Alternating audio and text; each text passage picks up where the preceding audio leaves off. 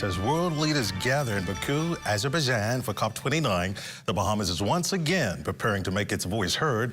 The Minister of Foreign Affairs, Honorable Fred Mitchell, outlined the key points for Prime Minister the Honorable Philip Davis, who will address the conference. Our Devontae Hanna joins me live to tell us more about what we can expect. Devontae.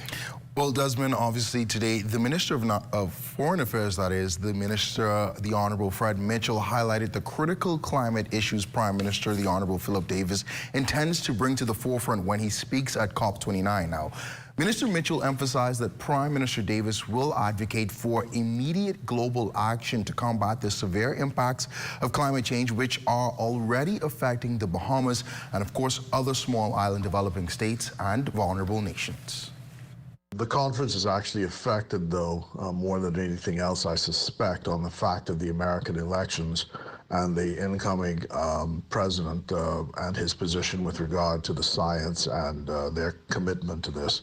So everybody's watching very carefully. Don't think there's a political level representation by the Americans here. And so they'll be represented at a technical level.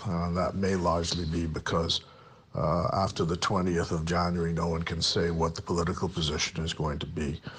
But most people are committed all the same to trying to get this process to continue moving forward because we have no choice. The science is clear and the impacts are clear.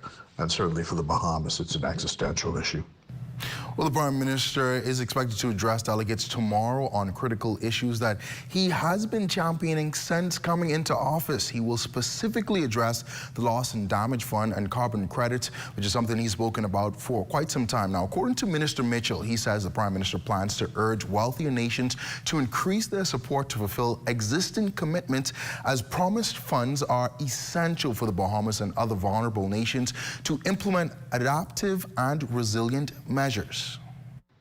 Tomorrow, the Prime Minister of the Bahamas will be delivering the statement on behalf of the Organization of African, Caribbean, and Pacific States at 2 o'clock in the afternoon.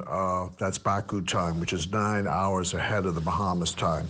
There's a real dispute or disagreement emerging here over how all of this is going to be funded and whether the developed countries are going to be putting up the money that they keep promising to put up, and how it should be allocated between adaptation and mitigation on the one hand and, of course, the question of loss and damage on the other.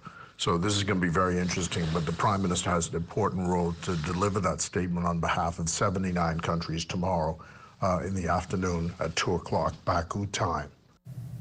Well, Desmond, as you know, the Prime Minister, this will be his third time at COP, this time 2029 in Baku, and Prime Minister Davis, since coming into office, has been passionately tackling the issue of climate change that has been affecting us here in the Bahamas and across the region, becoming one of the leading voices for CARICOM, and we know that he will make us proud as he presents tomorrow to all of those delegates from around the world. Thank you very much, Devontae. Great job. And Devontae's Hannah on the story for us tonight.